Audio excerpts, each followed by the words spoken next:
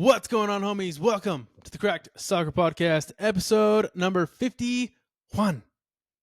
MLS regular season week 5 is officially over and it's in the books. Many teams won and many teams lost. Toronto FC with a crazy comeback win. Nashville and Charlotte FC with some major scoring games, and a lot of crazy things happened with that Miami versus New York City FC game that has everybody talking and everybody absolutely pissed off at the refs. All of this and so much more on today's episode. You're going to want to subscribe. You're going to want to like. You're going to want to tap in because we're going. Let's go, baby. Bang, bang. Go. Boom.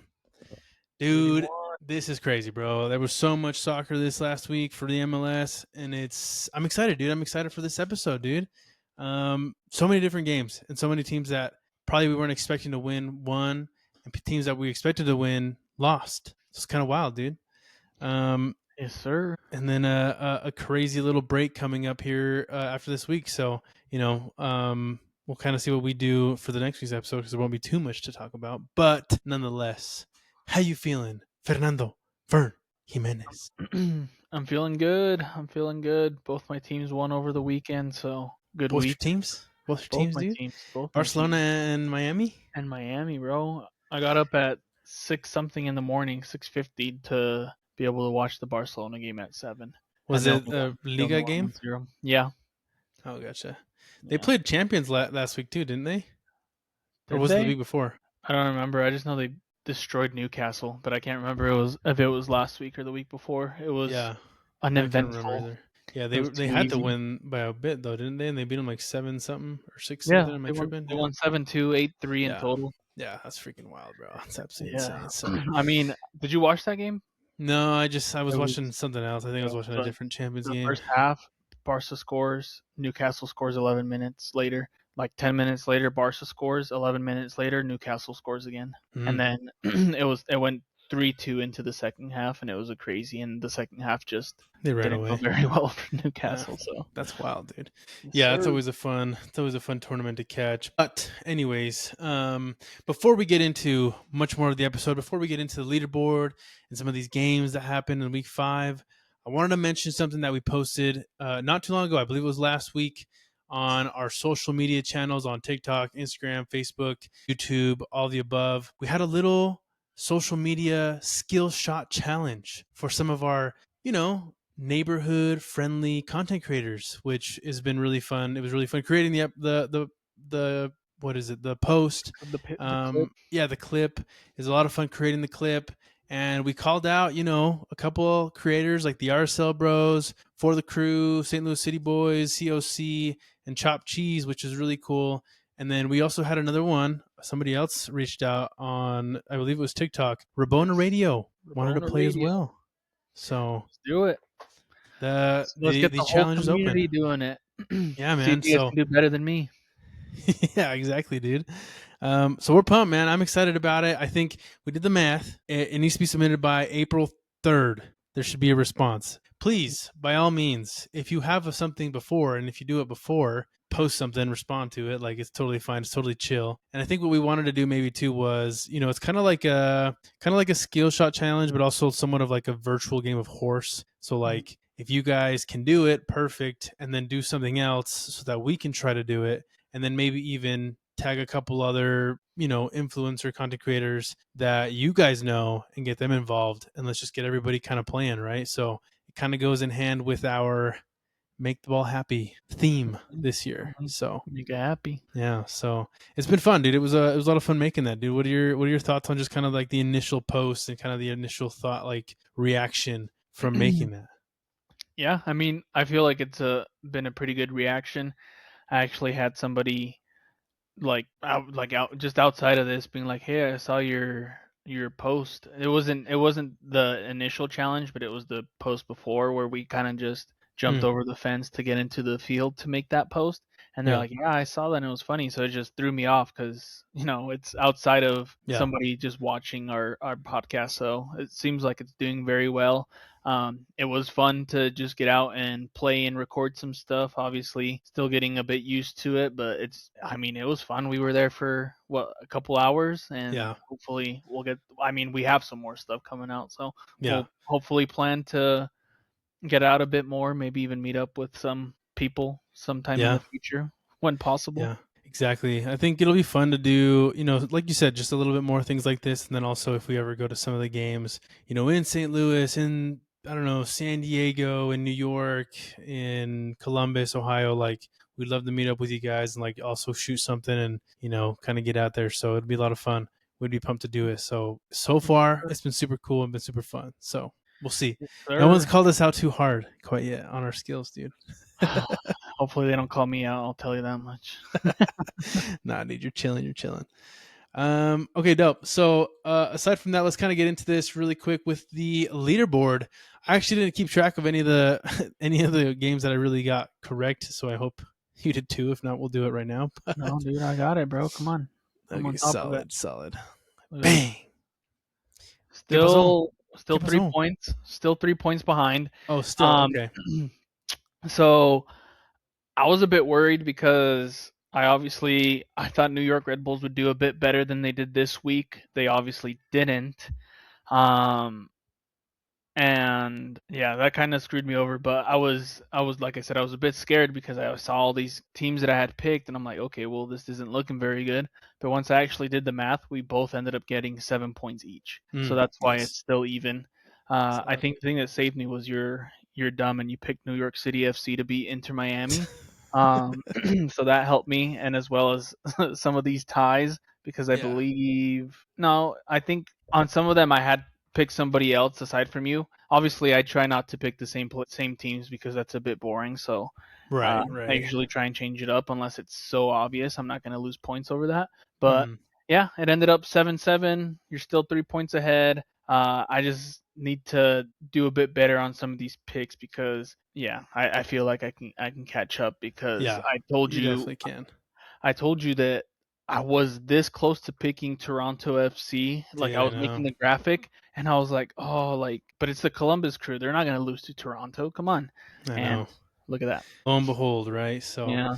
it is wild. There's a couple teams now where you have to take a double take in either picking them or picking against them. So Mhm. I definitely think this week taught us a lot. And going into the break, it's going to be one of those things where okay, we're week 5. Maybe what we do next week is we do like a little power ranking, like an early power ranking, and then kind of see where we everything sits. Yeah, a lot of teams are. It's very different from what we expected at the beginning of the year. So it's been fun to Sure. watch. So cool. Let's get into the beginning portion of the podcast for the cracked overview, baby. Did you know Arizona makes hard drinks? Yeah, dude, I have some in my pantry right now, actually. I didn't know. I grabbed one. I was like, oh, that sounds delicious. I will take Yeah. one. I don't know how long they've been in there, but they're like at the very top of the pantry, and I even forgot they were in there. Yeah, they're pretty good. This is like the iced tea peach flavor is pretty good. I'm a man. I Um, only drink beer, not oh flavored yeah, you only do beverages. IPAs, dude. Mm-hmm. I like when it hurts and makes you want to throw up every time I drink it. I like to drink a loaf of bread and calories Mm-hmm. and beer. Mm-hmm. I don't like Mm-hmm. that. I can't do it, dude. I just can't. Okay, cool. Let's get into this really quick. So, for the first game, the one that you kind of mentioned, like you said, very crazy game Toronto versus Columbus Crew. 2-1 win for Toronto FC, which is absolutely insane to say because I think both of us picked Columbus. You did have that Mm-hmm. sixth sense of a potential, Mm-hmm. upset, which clearly Honestly, happened, but if I would have realized what you told me at the beginning of this, which is obviously you're probably going to mention it now, but Columbus Crew has not won a single game this year. If I would have realized that, I would have probably picked Toronto, but I don't do my yeah. research. I know it's insane to think about, but yeah, obviously Columbus has been winless. They've had 2 ties this year, so far they've also been, alongside another team that we'll discuss later, winless throughout the first 5 games. So we did get a goal from Jose Cifuentes and Walker Zimmerman on Toronto, and it was actually the debut for a newcomer for Toronto, which was Josh Sargent. Made his first start for Toronto, which is awesome to see. I think we mentioned it too last week. Like, he could make a pretty big splash in this game. You never know, like in for this team, to be honest. Mm-hmm. And lo and behold, man, they ended up winning the game. So he didn't have the greatest rating. He had a 6.3, so it wasn't like a crazy good, performance. But nonetheless, the rest of the team played well, did what they had to do against Columbus. And man, I feel for the crew, for the crew, the For the Crew podcast. I feel for you guys because that's a tough one, man. What are your thoughts? I thought personally that Columbus doesn't like to play defense, from what I can see. It doesn't look like Columbus wants to play defense. It doesn't look like they like to play defense. And they're a very attack-heavy team. Like, they want to score, they want to go up, and they want to shoot. But when it comes to defense, when it comes to counterattacks, it's not their favorite thing to do. And Yeah. clearly, because they lost. Yeah. I mean, it does suck for them. I mean, if you're thinking of Toronto from last year, it seems a bit worse than it actually is. I feel like Toronto has come into this year and has been a lot better for sure. They already have 2 wins and a draw going into the season, so that's 7 points. And obviously, it does suck a bit because Columbus is coming from having such great years. Obviously, 2003, was it 24 when they won the MLS Cup? No, 23 was the year they won the MLS Cup last. So it's Okay. been 3 years since then. And obviously, with Nancy leaving as coach, it hasn't helped them. So I just think giving them a little bit of time with a new man in charge, a Yeah. pretty, decent roster change up. So I think hopefully they can pick it up and they get a win next week or something. But I'm hoping that the crew can come back because I might not be picking them to win next week. I don't even know who they play, Yeah. or not next week. Sorry, The week after, yeah. a couple weeks. So Yeah. yeah, So they do play Atlanta next. So ooh, it's kind of going to be a another tough one. tie. Yeah. Could be another tie for sure. But yeah, man, it's very sad to see that such a strong team kind of having Mhm. that kind of a start. So we'll see what happens with Columbus. Toronto keeps rolling. I think I even mentioned like that they would probably even be a much better team this year than they were last year. So, Mhm. hats off to them and we'll see kind of what happens. Isn't Rossi the one that plays for the crew? Yeah, Am I Rossi, tripping? Diego Like, oh, Rossi. he is right there. Actually, I was gonna say, did he even play? But yeah, he's right He there. did, and he almost had a goal too. It was actually really nice. He had a good shot off, and it was one of those where it hits the post and then it comes right back to the goalie instead of Mhm. like going into the goal. It came right back out to the Oh, goalie and he got it. So bro, he that was reminds lucky. me. I scored a banger on Friday. You did? So Hey, where's the video, I wish I dude? had You a got where's the video? you gotta ask though. It was the funniest goal ever because I was like, hey, like I was running around. I'm like, hey, I'm gonna sub out. I was literally walking because you know how it is at the fields. Like you just walk to the door. So I was gonna Yeah. walk to the door to call a sub. The ball comes to me, so I was like, well, I'm gonna sub out. So let me just toe it, like clear it.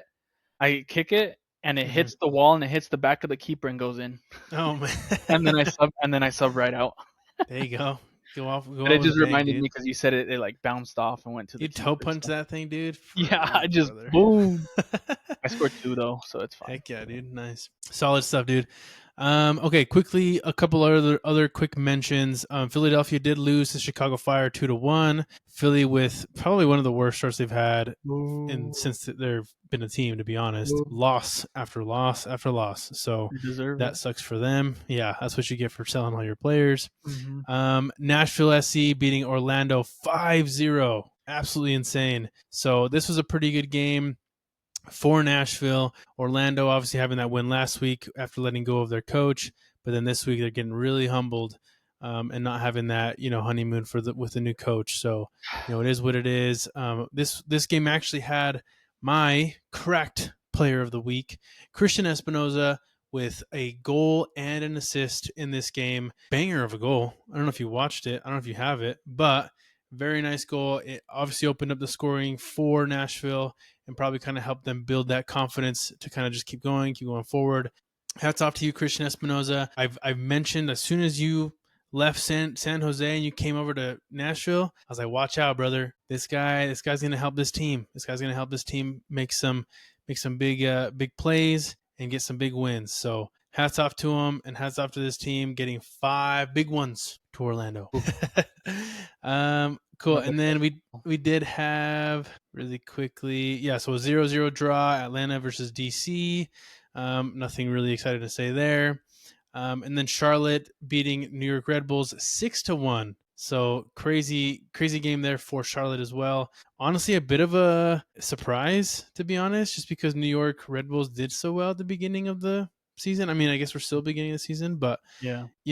going down 6-1, like, dang, you did have the youngster again score. So Hall did get on the score sheet, Mm-hmm. which, the kids keep scoring. But, Horvath, the goalie for New York Red Bulls, I mean, he made 4 saves, but he had 6 goals scored on him. So that's a rough day of the office. Zaha finally getting a goal, which is awesome to see. So good for him. But yeah, that was kind of wild. And then I guess the one that I wanted to get into after those was what is it called? The Lone Star Hoedown. That's what I called it, the Lone Star Hoedown. But it's got the Tejas rivalry or something like that. The Tejas something. I forget what the rivalry's called, but yes, the Lone Star Hoedown. FC Dallas versus Houston Dynamo. Dallas getting the win there, 4-3. Late, by Texas the Derby way. is what it says on here. It's not Tejas as Derby. It's not as fun. Yeah, it's not as fun, huh? Lone Star Hoedown is definitely a lot better. So, this was it's the Copa Tejas. So that's kind of what it's called.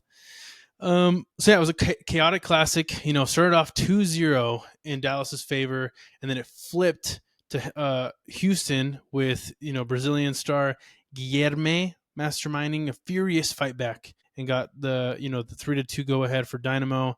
But then you had who we've had for what Do are you we know doing what that here? is? The cannon. It's the trophy that they get if they win the Texas Derby. Oh no way! That's sick. Dude, that's dope. Heck yeah, I love that, dude. But again, we did have, Peter Musa, which was my correct player last week. He came in on when did he come into the game? He came in after halftime. He came in at Yeah, the halftime, I think. 46th. Yeah, so halftime, Peter Musa.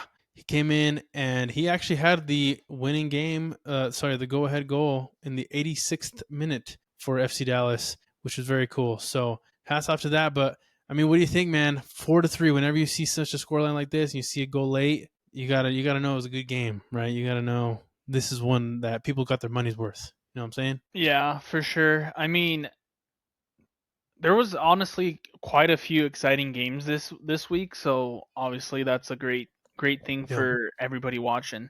But I think so. I had Dallas going in, and then once I saw the Houston Dynamo were up 3-2, I believe, I was like, oh, it's probably over. It's getting close to the end of the game, and then obviously they score in the 54th, and then the Houston Dynamo actually get a red card, and Musa comes in and scores that goal. So I mean, shout out to Dallas and shout out to the Texas Derby living up to the rivalries. These are exactly what I'm talking about. These are the kind of games you want to go and end up 4-3. At least somebody won, which makes it even better. Yeah. So yeah, shout out to these rivalries as I've mentioned in the past. Yeah, for sure. And I think something that's wild to kind of note too, just for this Houston Dynamo side, they scored 3 goals in the 29th minute, 31st minute, and 33rd minute. So they were boom, boom, boom. Insane, dudes. Way to go for Houston in those quick goals. So that was pretty insane. But yeah, I also saw, I don't know if you saw, but there was a guy, I forget his Instagram. I'm blanking. I apologize, but I started following him and he's doing like this 45-day games around the US type of thing. He's like from England or something like that. And he went to this game. He was like, this is one of the games I wanted to go to in the States. And he was in the FC Dallas fan section and he recorded the 86-minute goal and the crowd was just going crazy, right? So that was super cool to see. I forget exactly what the Instagram was, but he has some really cool coverage on that. Super cool to see just kind of people enjoying that game there and getting going crazy when Dallas put in that last goal. So very cool to see on social media. So awesome coverage from that guy. And I'm sorry, I'm forgetting the name, but it was pretty cool. What's up, man? I know, dude. It was something football, but I don't know. Okay, cool. Sporting Kansas City lost to Colorado Rapids 4-1. We also had St. Louis City beating New England Revolution 3-1, which great job, St. Louis. Thank you for getting is this their first win or second win of the season? I want to say it's their first. I believe it's their second, if I'm not mistaken, but I'll tell you right now. First win. Yeah, first win. Yep, first win. So St. Louis, hats off to you getting your first win of the season and a banger goal, dude. Jeez, we got to pull this one up, boy. Here we go. Like Mario says, here we go. Here we go. You ready? Yeah, dude, I'm ready, You bro. sure? Yeah. Oh, poor Bob. Let's turn it down. Look at that. Bang. Oh, It reminds my me goodness. of myself. Hats off to Marcel Artel I want to watch with it an again, amazing goal, dude. Look at this. And when I said it reminds me of myself, I was talking about the New England player, not the St. Louis one, just so you guys know. Look at that. Wow. Yeah, so many things happened there. I mean, hats off to Marcel. Like, that was freaking awesome, dude. That was an amazing goal. To be honest, probably the goal of the weekend. So super cool to watch. But like you said too, man, what was homeboy doing on New England? Like, you can't thread that pass, brother. You got to just go to whoever was on the outside there. What was his name? Another New England player. It had to have been how to pass the ball under pressure. Yeah, Ceballos. It was probably Ceballos. It looks like that's kind of who it was. But it looks like he was trying to pass it to Polster, and what he should have done was pass it to Feingold, obviously to the right hand side, and then unfortunately, you get put on Sports Center with that kind of a pass. So that sucks. Yeah, it's not a good look. Yeah, not a good look. But thank goodness St. Louis City won a game. Amazing. Good job, St. Louis. I'm proud of you. Hell yeah, boys. Okay, and then we did have a 0-0 draw with Austin FC in Los Angeles. But the only thing really to note here was because for me, it was kind of a win-win for both. Austin, tied a very good LAFC team, and LAFC continues to make history as the only MLS team to go 5 games without getting scored on to start the season. So amazing stat. 5 games, they've conceded 0 goals. And honestly, it's pretty crazy to see just because of the teams that they've actually played this season. They've played, let me take a double check here. The bad thing is they've only scored 8 goals all season. Yeah, but I mean, you got to give them some credit here, my guy. Come on. Yeah, I mean, they played Inter Miami, Houston, Dallas, St. Louis, and then now Austin. So, I mean, 2 really good Texas teams, and then Inter Miami. So, not getting a goal scored on you with those 3 games, pretty amazing. So, that's a win for them, to be honest. And then we did have Vancouver. Yeah, especially Inter Miami. It's wild. Vancouver against San Jose, 1-0 win for San Jose, which was insane to see. It's funny, the MLS had the Battle of the German Stars. Timo Werner and the San Jose Earthquakes emerged victorious 1-0 against Thomas Mueller and the Whitecaps. I wonder, funny. It must be fitness, bro. I just don't know why Werner's not starting. I know, it's got to be, right? It's kind of wild. He did come in. When did he come in? The 54th minute. So it's got to be something because him and then and we'll get into this later, but the same thing with like James Rodriguez. Like, why are they starting? You know what I mean? Yeah. But hats off to Daniel for having 6 saves this game against a very good Vancouver Whitecaps team. So awesome job. San Jose keeps rolling, brother. They keep winning, which is awesome to see. Okay, and then we'll go into the Sunday slot, which I believe has a lot more exciting games that we wanted to talk about. So first and foremost, Cincy versus Montreal. Kevin Denke brought the drama in FC Cincinnati's wild 4-3 victory over CF Montreal. A game that probably not a lot of people thought was going to go, down to the wire like this, but at the end of the day, it did. So, you kind of get, Wiki Carmona, one of your correct players, scoring a goal early in this game, and then it kind of just goes back and forth. And then you get a goal in the 90th plus something, I think it was, plus 4 for Kevin Denke. So this was a crazy game, brother. Would you have thought Cincinnati would barely win 4-3 against Montreal? No. If I'm honest, I didn't even think they were gonna win, because of this man right here, my crack player of the week, Mr. Prince Osu. What a name, brother! What a name. He just recently signed an extension as well with CF Montreal, so they're probably very happy after this performance. But I wasn't watching the game. I was out in Salt Lake for my daughter's birthday and stuff, but I was kind of keeping track of the score, and obviously I saw that Montreal had scored on pretty early. And the way this game seemed to me was Cincy probably thought they weren't going to win, because the way it went was obviously CF Montreal score with Carmona, like you said. I don't even know how you say this name. Echenike scores in the 40th minute, and then Owasu scores in the 45th. Jabari scores in the 52nd, and then Owasu, or they get a pen, so Owasu converts in the 64th. And it's probably one of those games with Cincinnati where they're like, oh my gosh, like we try, and then they just keep coming and they score goals. And sometimes teams will see that happening, like, okay, we're trying, but every time we try, they seem to try a little bit harder and they keep building this lead. So, I mean, shout out to Cincinnati, especially with how bad they've been playing. And not only how bad they've been playing, but that penalty actually resulted in a red card. So they were down a player. And then to score in the 80th minute and then 14 minutes later score the game winner from Denki. I just feel like this is more of what I'm expecting from FC Cincinnati, is to be a team that, you know what, it's not looking good for them. Anytime you score, Montreal comes back and scores another goal, and it's sort of killing your momentum because you're trying to build that up and they just keep killing it every time. So this was a very good game for FC Cincinnati. Shout out to them for being resilient and coming back and winning. Not only because you don't want to lose to Montreal, who aren't the best compared to what you expect Cincinnati to be with the type of players that they have.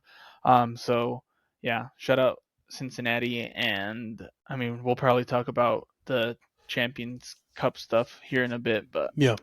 Shout out Cincinnati after a tough week.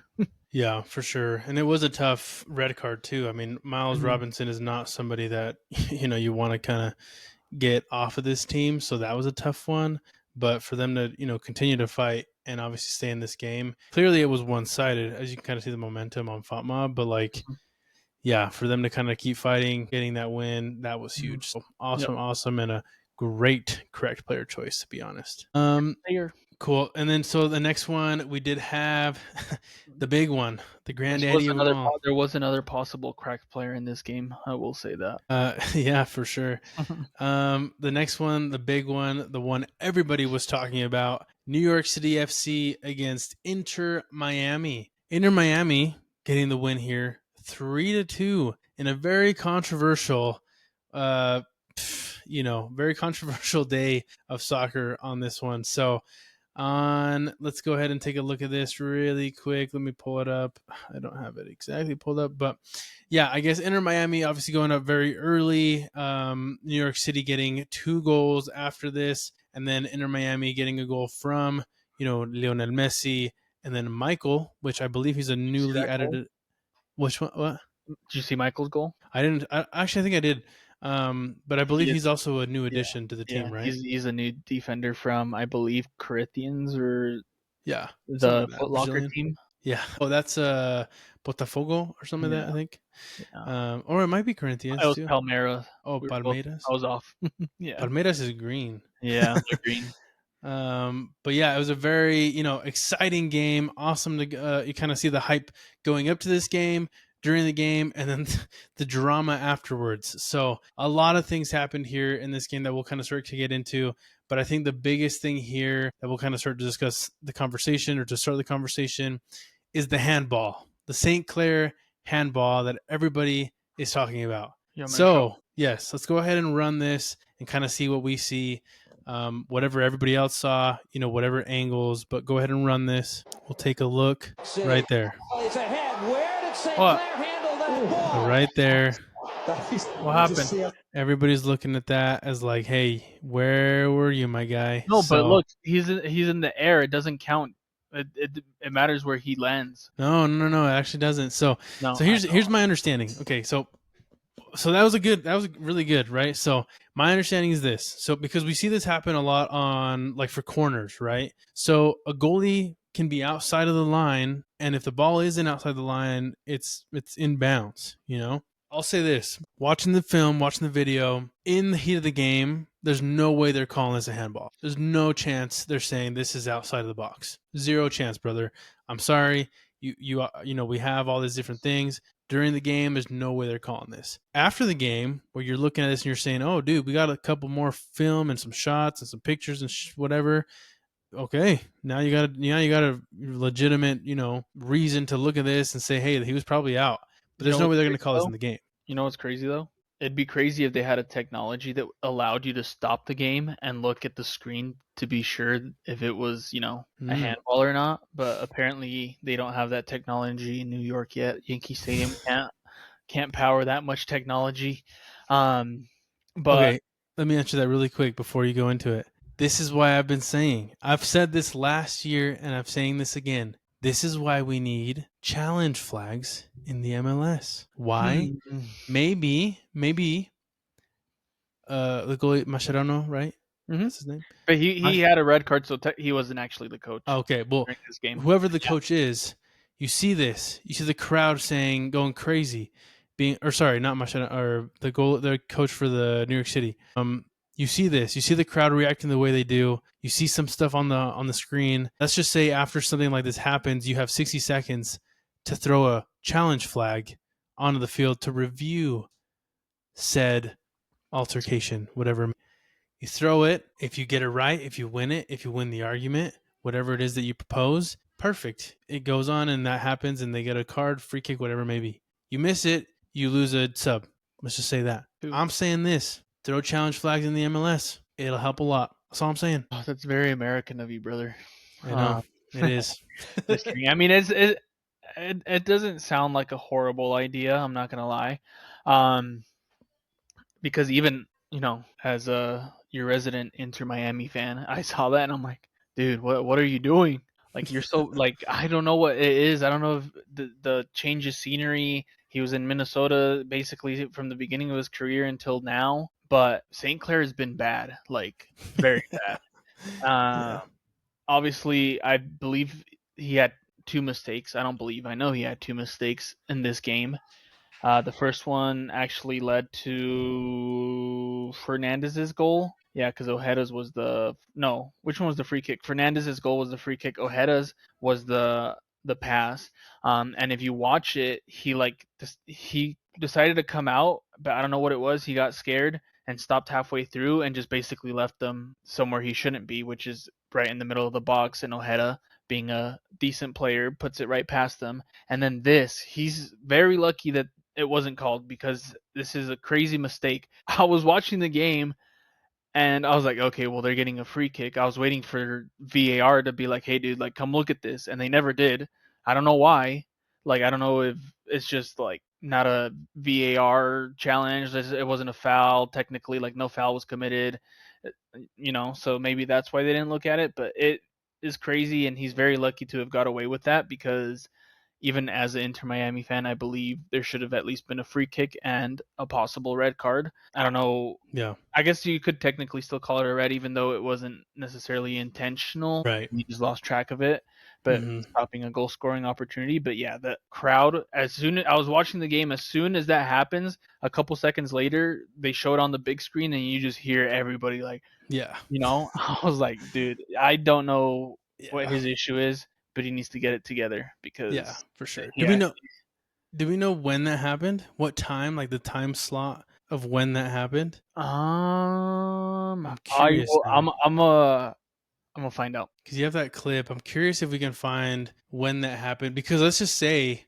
that happens like after the 74th minute. Like I'm not sure when it happened, but let's just say it happened after the 74th. That's a game changing mistake. You know what I mean?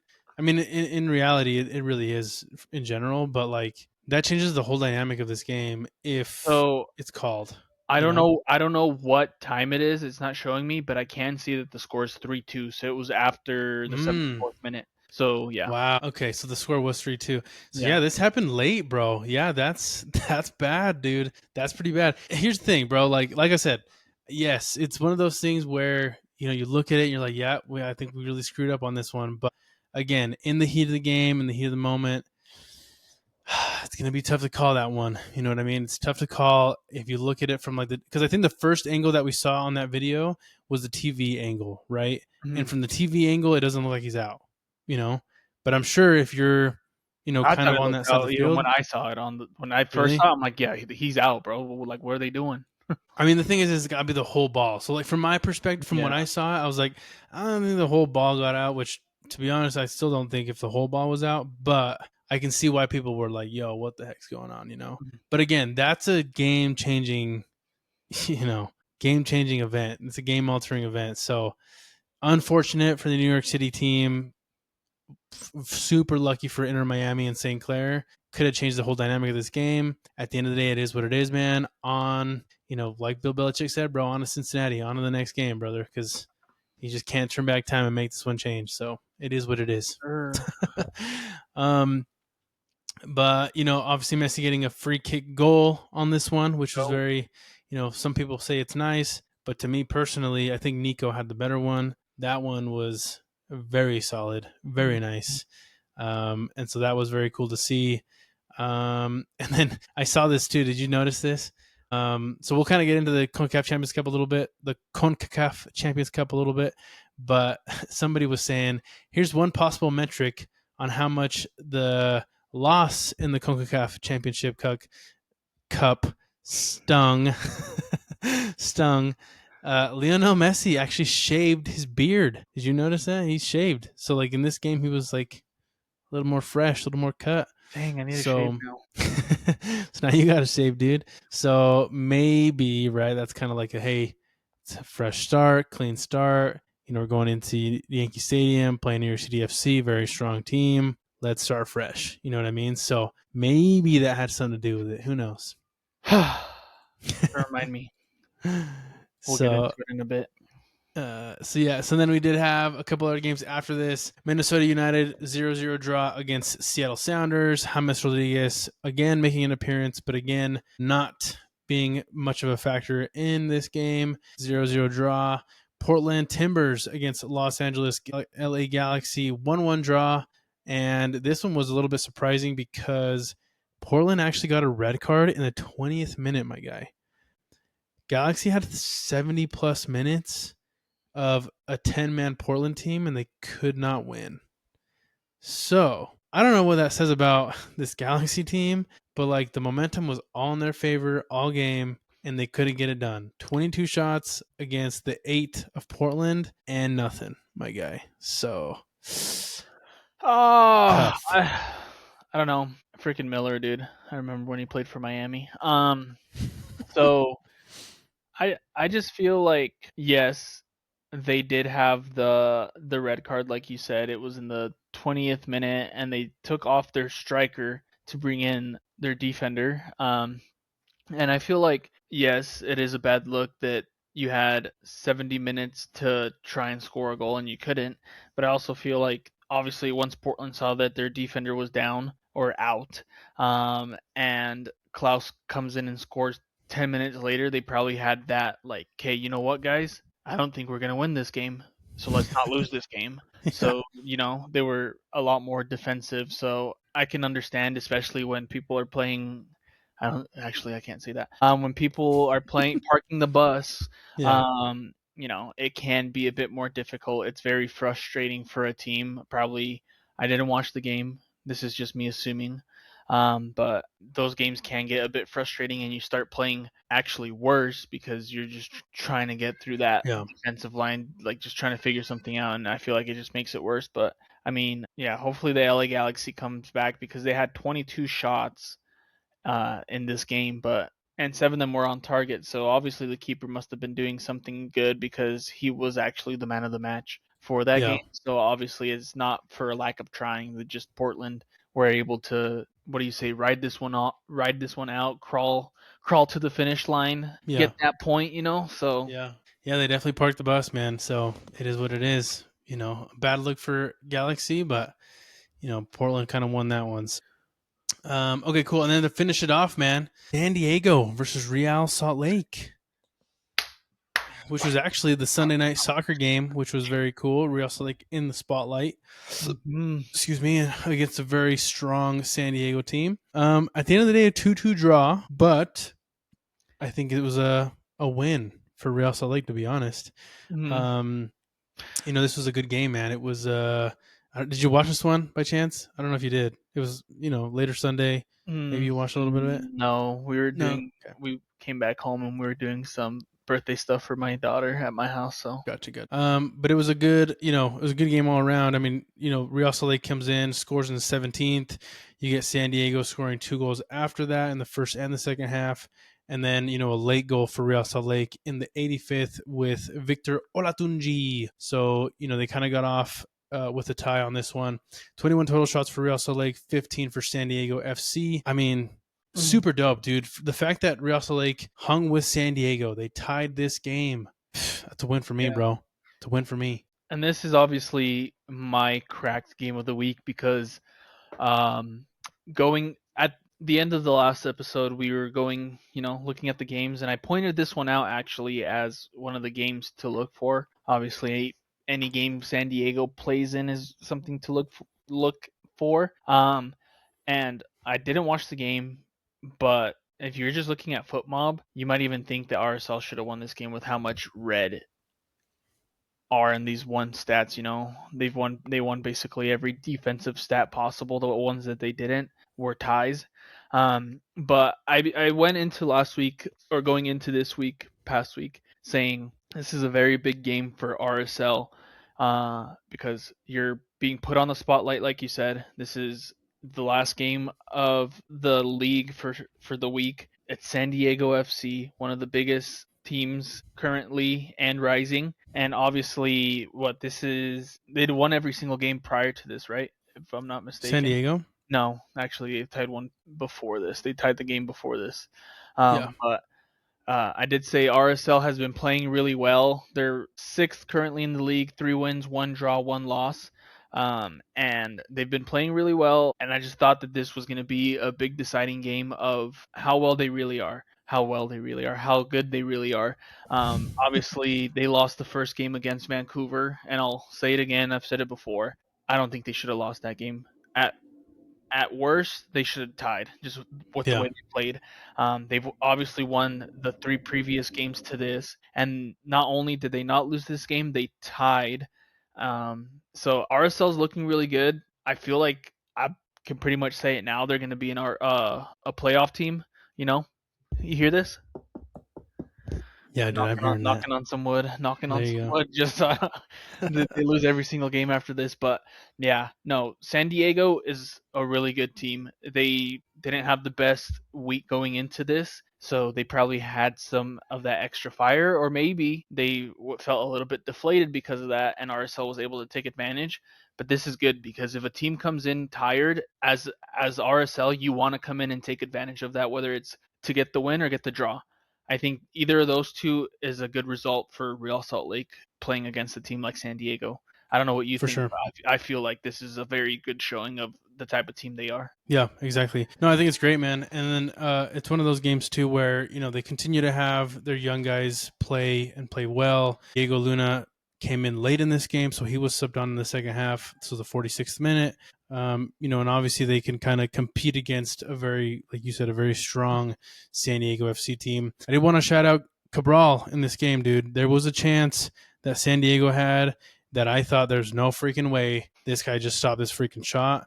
But it was amazing the fact that he was able to go, and he just, it's one of those things too where you like look at some of these goalies and you're like, dude, you got to be really you got to be brave, bro. You got to have some real freaking balls to play goalie, man. Like it's freaking, it's tough, bro. And so, he kind of came in and is a quick one-on-one, against, I want to say it was Pellegrino, but it could have been Vasquez for this shot. I don't remember exactly who it was, but Cabral comes over, makes himself big, and gets the block off of that one. So that one was wild, dude. I thought that that could have been game right there if it wasn't for Cabral. So hats off to him too. He probably doesn't get enough love from FOMOB and a couple other of the analysts, but he kept this team in this game. So hats off to RSL. San Diego FC, tough week for them getting out of the CONCACAF and then tying to Real Salt Lake. So I'm with you, brother. I have wood right here too. Whoa, I'm liking it too, my guy. Okay. Relax the way you say that, bro. Yeah, dude. But I like him for the playoffs for sure. Yeah, Cabral has been very good, and I was on, I guess, what do you call it? MLS TikTok, RSL TikTok. And somebody in the comments was saying like, we just need a new keeper. I'm like, dude, you're tripping. No, like he's literally he's been one of the main reasons they're Yeah. doing so well. So yeah. Yeah, I don't know what they need. If there's something that this team needs, I mean, they have a good goalie. The back line can always be better. Defense is very tough to be, extremely strong. Quinton, Glad, Engel are decent back there. They are a little bit lengthier, so I don't know if they're as quick. But if anything, like the midfield maybe. I But feel their like young guys are doing well. I was gonna say the young guys are playing well. I feel like if the RSL, is it Larry H. Miller owns them now, right? Yeah. Yeah. So I mean, if they're listening to this, I just feel like if you're not willing to spend money on a DP up front, which obviously they have DPs up front, but not the type that you would think of, like a Yeah. Griezmann type player. Try and find somebody like that. But on defense, I feel like just having one experienced defender, at least a designated player, is what DP stands for. And before anybody gets any ideas, whoever doesn't know about the Yeah. MLS, getting a Glad is good. I feel like pairing him up with somebody maybe from Europe or quote unquote bigger league could really help out this team, because attacking wise, I feel like they're good. Gozo has been great. Diego Luna is going to come back and help that, offense. And if you can get somebody that's very solid in the back to help out Glad and Cabral, I feel like the attack and this midfield is just going to explode, because they don't feel the need to have to help and drop as much, in Yeah. my opinion. So Yeah, for sure. I mean, it's tough to poke holes, but I think for me personally, if you really want to win some of these games, you really need to control the ball and control the midfield. So that's where I think they need some of the help. If they have somebody that's going to kind of control the game, control the pace of the game, that will help this team immensely, because these young guys are full of energy. They want to run up and down the field, but we all know that can be very tiresome, and it kind of puts a hurt on the defense, because then everybody's tired. So somebody that can really control the pace in the middle, that's, I think, their best bet. And I get it, Luna's out, but he likes to go up. So somebody that can kind of hold the midfield, probably the best, from my opinion. you know what I just realized real quick, Yeah.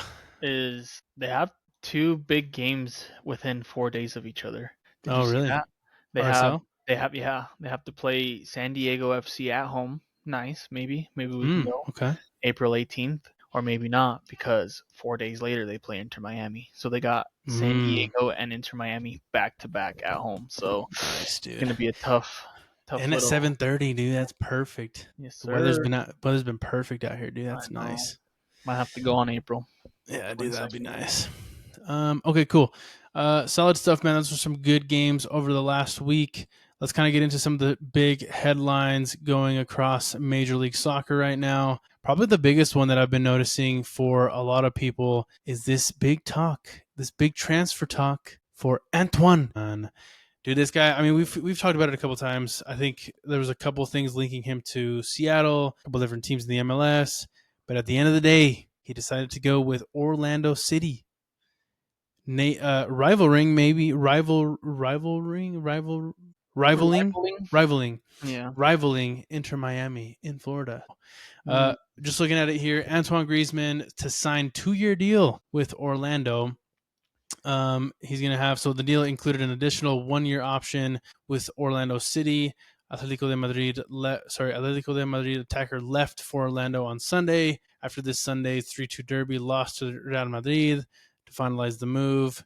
So Griezmann will remain with Atletico until the end of the season, okay, which still includes a Champions League quarterfinal tie with Barcelona and a Copa del Rey final against Real Sociedad. So it looks like he won't be joining until, from my understanding, after the World Cup, probably later in the summer. And yeah, he'll kind of be doing all that. And so, he's no longer doing international duty. It sounds like he's, again, a retired player, so to speak, and he's going to come and retire in the States. So what are your thoughts, bro? I know you're more on the international European side. You probably know him a lot better. Thoughts on him coming in? Does he make a big splash? Or is it just a little bit more hype with Antoine Griezmann? I feel like he'll do well in the MLS. You can tell I don't watch a lot of Atletico Madrid games. I usually watch a minimum of 2, which is when they play Barca. Obviously, Fair. I've watched more than 2 this year, unfortunately, and I'm about to actually watch even more than 2. I'm about to watch 6 of these games. Um, but yeah, I am surprised he still picked Orlando after what's been happening. Obviously, Orlando probably talked to him and be like, "Hey, you know what? We're ass right now, but once you get here, we're gonna figure something out. We'll be making a few more changes. We can't let Inter Miami run Florida." Yeah. Obviously, Orlando have been keeping up with Inter Miami, and I feel like Griezmann will be able to help. Maybe not necessarily like a lot, as in like going in and scoring goals like he was before, but the way he's been playing now, he's a bit more of a playmaker. He'll be in the spots that he needs to be able to score some goals. But he also has that mindset. He's an elite level player. He's played for Atletico Madrid pretty much his entire life at this point. He obviously played for Barcelona for a bit. He's played for France. He's won a World Cup. He's been in big games, and I feel like that mentality coming to Orlando is going to be a very big thing for them, especially having to play Inter Miami and wanting to win all these games. Yeah, I mean, good for the MLS. Again, we've talked about it a few times. I believe it was like 4 weeks ago now, 3 weeks ago when the rumors started. Obviously, you said Seattle, Orlando, and I believe even Miami was a possible option if I remember correctly. Oh no, it wasn't Miami. It was LAFC, right? Yeah, it was an LA team, yeah, because he likes the Lakers. I Yeah, think he's a big basketball guy. the Lakers. The And Lakers? yeah, so I mean, shout out to them. I actually did watch that that Atletico or whatever you call it, the Madrid derby. Yeah. Atletico Madrid is garbage, bro. I watched that game and I was just mad that Barca let them beat them. So I'll Dang. let you know that.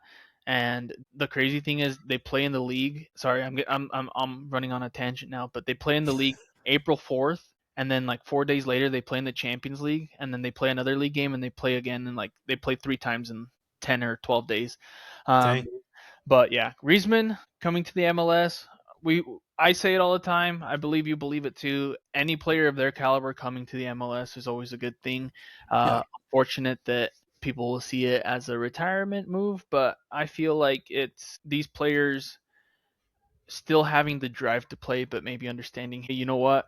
We can't keep up with European soccer because, Yeah. yes, I mean, I was telling my wife this weekend. I'm like, dude, I just watched the Barcelona game, and now I'm watching the Inter Miami game. It's I It's mean, different. it's a big gap, Yeah. the difference. Um, don't think of it as a retirement league. Think of it as a growing league, and these players are just helping plant the seed. Yeah, exactly. Yeah, I mean, I think he comes in, he makes a pretty good splash. I mean, I think it'll make the rivalry better. Mm-hmm. I think Orlando versus Miami, it's already pretty big, but I think it'll be even bigger now with him there. I think he'll sell jerseys. I think he'll be very exciting. He seems to be a very outgoing person, like a pretty outgoing personality. So I think he's great for the league, to be honest. And I think it's nothing but a positive here. So I'm excited to watch him play. I'm excited to get after it. Hopefully he competes, exactly. Hopefully he competes and does what he can do, for Orlando, and I'm pumped. Maybe I'll look for a jersey, man. Maybe I'll look for a Griezmann gold jersey, dude. Looks pretty nice. So we'll see. Cool stuff, man. So yeah, Antoine Griezmann officially coming to the MLS. A couple things too. We didn't mention this last week. There was going to be, for 2027, the MLS is having a sprint season. We didn't cover it fully last week, but details have finally come out about the MLS sprint season. So in 2027, now for those of you that don't know, the MLS will change their calendar year from a summer timeline league to more of a winter timeline league. So it will go from basically, I believe it's July all the way to December, and then they'll take a break from like December to January, start back up in like February, and then end in like May or something like that. So for the 2027 season, before all of that goes on, they will have a sprint style season. So each MLS team will play 14 regular season games from February to April 2027. Regular season matches will consist of intra-conference play, with teams facing each of their 14 conference opponents once. So 7 matches at home and 7 matches away. After the regular season, the top 8 teams in each of the 2 conferences, so top 8, will qualify for the MLS playoffs, and in each conference, postseason will be played with a single elimination bracket format. So it sounds like they're not doing the best of 3, any of that crap. That's, it is what it is.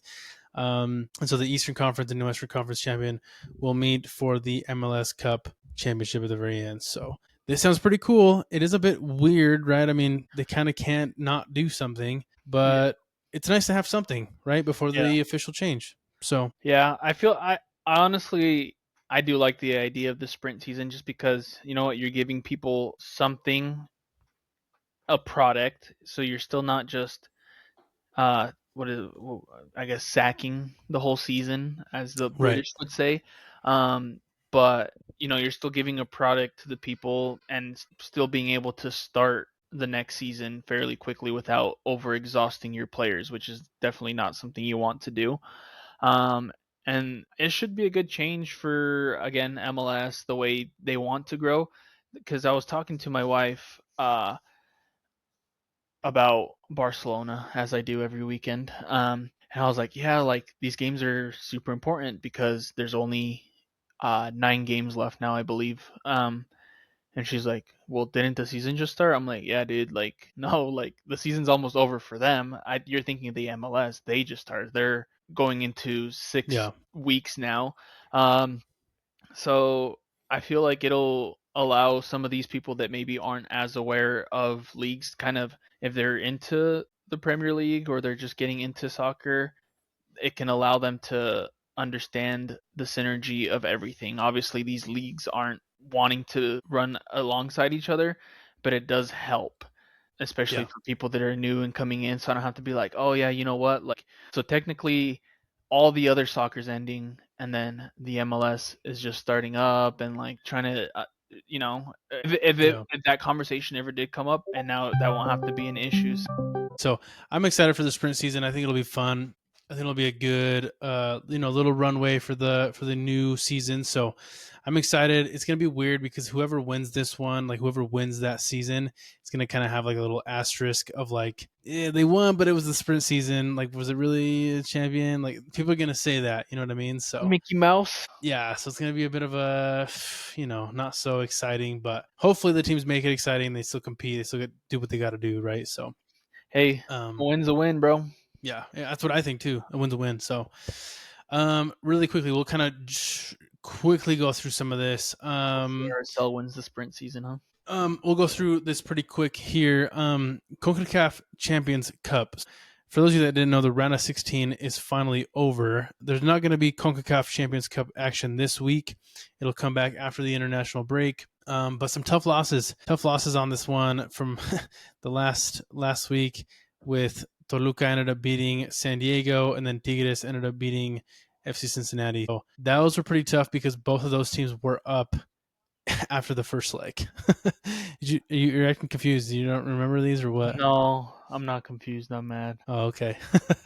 But yeah, that was insane. To be honest, super wild that a San Diego team would lose 4-0 in Toluca against Toluca. But a little bit more, I guess, expected with the Cincinnati game because they did play a very good Tigres team. But here's what I'll end with here, and then we'll kind of discuss this really quickly. The quarterfinals are up. There's going to be games on the 7th and the 8th, and then the second leg will be on the 14th, 15th. The only MLS teams left are Nashville. They'll play Club America. LAFC will play Cruz Azul. Tigres will play Sounders, and then Galaxy will play Toluca. Okay.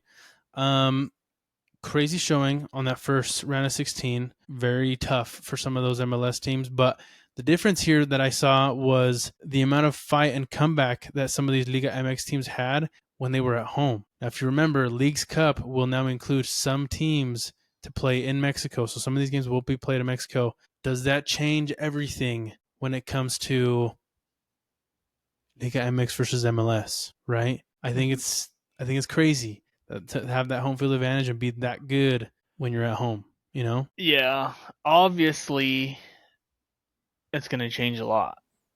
Yeah, so they're playing one home, one away, right? That's how it is now. So they're playing Geodis. So LAFC and Nashville will be first, and then for the runner up it'll be LA and then Seattle at home for the de vuelta. Yeah. Okay, so I have a couple thoughts. obviously playing in Mexico is going to be a huge advantage for these Liga MX teams. Obviously, probably America because they do play in the what is it? It's not the Azteca anymore. What is it? I It's forgot. Banorte, The but I don't know Banorte. if it's Yeah, done.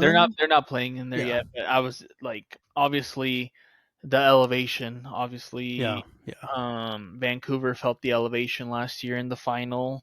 Apparently, that's an issue. So that's a big advantage. Obviously, Tigres came back and won 5-1, which is crazy. yeah, Obviously, Cincinnati has been bad, but they won 3-0. I yeah. didn't In the think they were first, that yeah, bad. I didn't think they were bad enough to lose a 3-0 lead, which yeah. they did. It's wild. And not only did they lose a 3-0 lead, it's also a bit different from the Champions League, which I do kind of want to touch on a little bit after I talk about these games. But yeah, that's going to be a big advantage being able to play at home because it was the Leagues Cup, right, where they were complaining because most of the games were out in the US and Yeah, they're saying we have to do so much traveling yeah, and all that stuff. So, yeah, it's a big advantage for them and I don't know. These US teams are going to have to feel the travel. So, yeah. we'll see Yeah, I how. think it's big. I for sure think it's a big implication for Mhm. sure. Anytime you're going to have to go to Mexico and play in some of those stadiums and some of those in front of some of those fans, it's going to be tough. Yeah. My biggest recommendation for these MLS teams that are going to Mexico and playing there, take your own food because if you don't remember, the last year when Vancouver lost super badly against Cruz Azul, they were saying some of the guys were not feeling very good after having some of the dinner slash lunch, from the game. And that wasn't the first time. Wasn't the first time an MLS team mentioned getting some sort of food poisoning from the food that they got in Mexico. So, La Brujeria.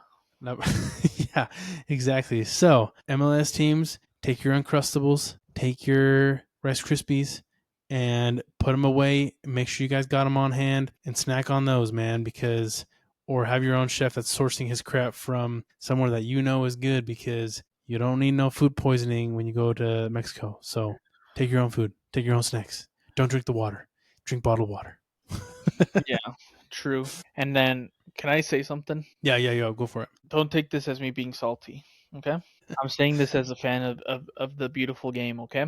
Do what everybody else has done, specifically what the Champions League did, and get rid I of know the where this away is going. goals. Because, yes, that's fine. Inter Miami lost due to away goals. But tell me that you wouldn't have loved for this game to go into overtime and maybe even possibly penalties. Like that's such an For sure. unclimactic way to end the game, dude. Like it's like even me and you, I was ready Me for too. extra Yeah. time. You were ready, and I'm like, and then I was like, oh, that's You it. have the away goal. That's Yeah. that's dumb. Like, okay, I Yeah. understand you want to make like scoring away from home feel important, but then I just feel like it undermines the rest of the game. Yeah. And whether it just so happened that it was Inter Miami that lost to this game, but I do believe they need to get rid of it because look at the Champions League. Like you can come in and be down 3-0, you can come back and score 3 or whatever the score ends up being, and you don't have to worry about, oh crap, like now I need to score 2 extra goals because of an away goal. You just got to let these teams play. And I would I am salty Yeah. the But away goal, but it's just a yeah. dumb rule. I think it is. So Yeah, I agree. I mean, I think get rid of it. I never loved it to begin with, to be honest. I remember growing up and like seeing games go into being tied and whatever, and then my dad was like, "Oh, well, they actually have the away goal, so they're gonna win." And I was like, yeah, "What? Like that's freaking crazy." I yeah, never loved it to begin with. I think it's confusing for people that don't understand it. Like if you're trying to get into soccer and you're like, "Oh, this was tied. Why is it over? Why is it going to overtime?" Oh, it's the away goal, and you got to explain that whole thing. And they're like, "Wow, that's stupid." So I don't think it's great. Like, just take it away, make mhm, it just an aggregate score line. Like it's easier to follow. It's yeah. better. Like, Just change it after this year. I yeah, can't imagine it's that hard of a rule to be like, hey guys, so away goals don't matter anymore. So yeah, yeah, exactly. So take it and it away, makes it yeah more exciting. It yeah. would it would have been a much better Yeah, dude, Nashville like Miami game for imagine, bro, sure. like this going into extra time, I was like, dude, I hope it doesn't go to penalties. Like, Yeah. I was doing something, a fundraiser thing for my daughter's school at the Hmm. time, and then so I wasn't watching it. But then once I got back on my phone, I was like, oh, well, it says Inter Miami got knocked out, but I don't see, because on FootMob it'll say like, oh, they scored 4 penalties, they scored 3 penalties. I'm like, but it doesn't say that, and it just threw me off so much because it's been a while since I saw that, and I feel like follow suit. Yeah, I feel follow like suit with Champions League. It's a dumb thing because, I mean, it does sometimes make for a bit more exciting because obviously Tigres needed that last goal or else they were going to lose, right? Yeah. So it can bring out a bit of excitement. So pros and cons, but I feel like the cons definitely outweigh the pros in this rule. So I don't know, CONCACAF, you guys need to figure it out and maybe replay the Inter Miami Nashville game and just get rid of the rule. So yeah, I think they just get rid of the rule. It's easier for sure. But yeah, we'll kind of keep track of that. Again, that'll be back after the international break. Nothing too crazy to speak on that right now. But the thing that is coming up, which we've been, somewhat covering it last year, kind of going to get more into it this year. But the World Cup is happening very shortly. In a few short months, we'll be having the World Cup, which is very exciting to see. So there is action this week for the international break with some upcoming friendlies and some World Cup, some final World Cup playoffs and qualifications. So to start it off, we do have the World Cup qualification interconfederation semifinal, which, for those of you that don't know, basically there's 4 teams. There's basically 5. There's 6 teams left. So Bolivia and Suriname will play on the 26th, as well as New Caledonia and Jamaica. And then the winner of those Caledonia or Caledonia? I don't know. I want to say Caledonia, but probably Caledonia, actually. Look at it. Caledonia. I don't know. And then the winner of those will play the DR Congo and or Iraq. So from my understanding, New Caledonia or Jamaica would be playing DR Congo, and then Bolivia and Suriname would play Iraq. And then essentially the winner of those two games, the 2 winners there will qualify for the World Cup. So that's super cool. And then the next one is the UEFA semifinal qualification. So that one's a good one, and that one will have a lot more teams. Let me maybe just pull this one up instead of speaking on it because it's a lot of teams. There's 16 of them playing on Thursday. Yeah, you want to share? Yeah, I can here. Okay, cool. Yeah, you can do that. But I think the bit, like you said, there's 16, then there's going to be 8 that kind of drop down, and then basically the 4 winners after this week will qualify for the World Cup. So we'll have the World Cup finalized and buttoned up by March 31st. So super cool, very exciting. At the end of the day, like, it's going to be ready and set in stone, and we'll be having friendlies up until then, and then bang, it's the big dance. So I think the big one... 4 of these guys will make it through. Yes, correct. 4 of them will make it through. The big one there, I think that everyone's looking at, has to be Italy. I believe they haven't qualified for the past 3 World Cups? I believe so. Something like that. But they're a big name. Like, don't get me wrong. They haven't qualified in the past 3 or so World Cups, but I believe they have 4, if not 5, 4 World Cups won. I think 5 is Brazil. Like, I think Brazil and I think they're the one with the most, and then I want to say Italy has 4. So it's not like they're new to the World Cup. Mm-hmm. They're definitely not, seasoned pros here. They've just had a hard time qualifying. So you gotta beat Northern Ireland, and we'll see what happens there. They did fail to qualify for the last 2, 18 and 22. So if they don't make it to this one, it'll be 3 in a row that they haven't made it. So. Yeah, so Italy failing to qualify for the past 2 World Cups, got to beat Northern Ireland, and then they have to beat the winner of Wales and Bosnia. So yeah, we'll see what happens, dude. Which is funny because they actually won the Euros in 2020 but failed to qualify for the World Cup 2 years later. So they're ranked 13th in the FIFA rankings. Like, that's wild that they're not already in, to be honest. Yeah, I feel like, I don't know what they go based off. I'm assuming the quality of players, maybe, because yeah, I would assume so. To me, I could name at least 20 teams better than them. Yeah, so I mean, I couldn't tell you. The only person I know on this team is Donnarumma, which is the goalie. So That's the only person you know from Italy, I think so. bruh. Who do you know? You know a lot of these guys? Yeah, dude. Esposito, Retetti. Chiesa, Bastrea. Oh, These then are I'm all probably they're all way go off then. until tomorrow or in 2 days. But I mean, Italy does have good players. I feel like one of the main things that they're missing is a striker up top. I feel like, as usual, their not defense. Their midfield is very good. I feel like they're what do you call it? Great value Spain with their midfield. Like they have decent midfield, but not as good as the name brand product. So They used to be better. That's for sure. mm, Italy used to be that team, bro. Italy used to be that team, dog. They used to be that team. yeah, I will say that back in like the '60s before we were born and all that stuff. No, I'm just kidding. They I think they won don't in the '90s, disrespect. right? They won in like 2006. That was like In the last one they Germany? won. Was it Germany? No, it wasn't. No, Germany was two. No, that was. Well, maybe it was Germany. Yeah, then they won in like 06. They beat France in They did beat penalties. France when Yeah, Zidane Pirlo. headbutted. Yeah, that was huge, Yeah, dude. Like and they it had. wasn't Germany. The headbutt. Yeah. Yeah, No, they were dogs, bro. I mean, that's the yeah. thing. I It's like mean, this is insane. yeah. So But if like even then, thinking of that team, then they had like crazy players. They had Pirlo.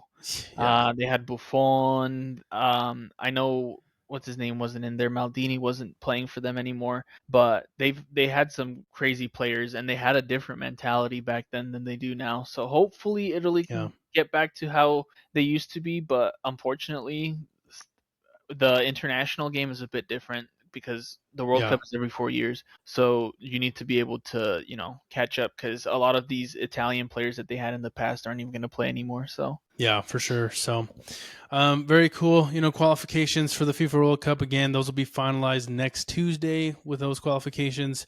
There are some upcoming friendlies.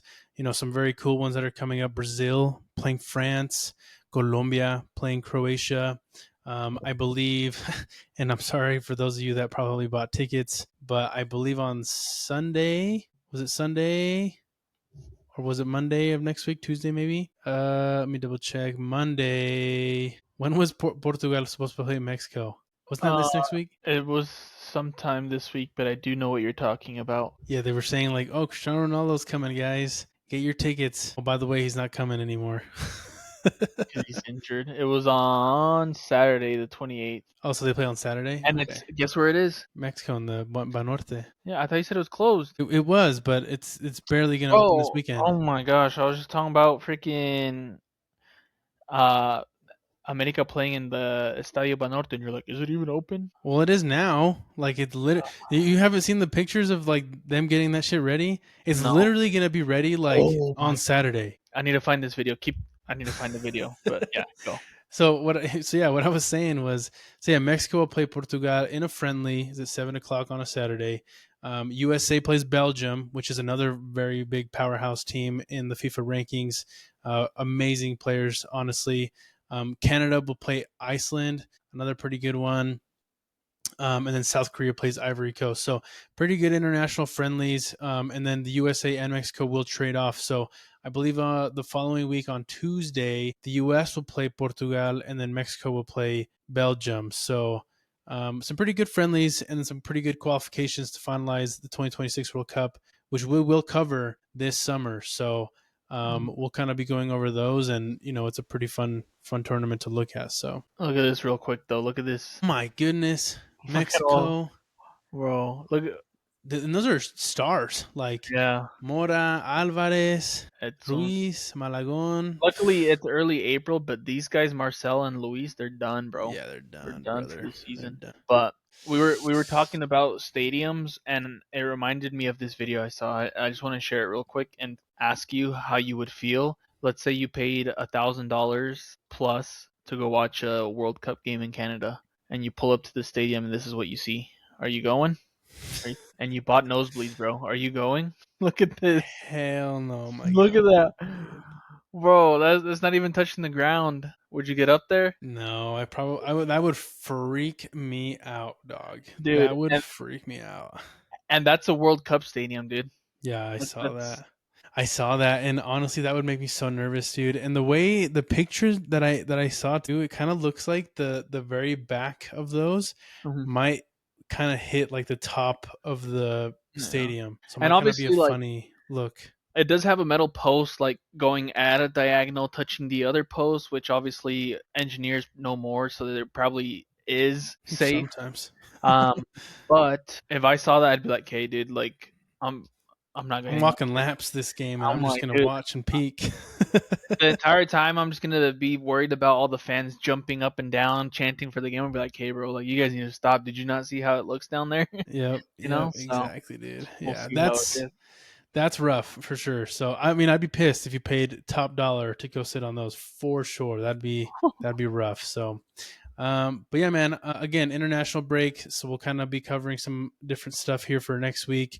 Probably have a pretty short episode next week. Probably something very, very quick. And then the MLS action will continue after that on the, what date is that? The 4th. So we'll be back then. But that's everything. That is the episode today, episode 51. Plenty of stuff that we covered. And then, yeah, we'll have a good little international break, finalize everything for the World Cup. And yeah, man, any final thoughts on what's going on and what to expect for this next week, dude? No, not much going on. Just hoping everything, finally being able to see who gets into the World Cup. Obviously, Yeah. that'll be exciting. What is it? I believe the video I was watching said 89 days, and I think that was posted a few days ago. So regardless, we're less than 3 months away from the World Cup.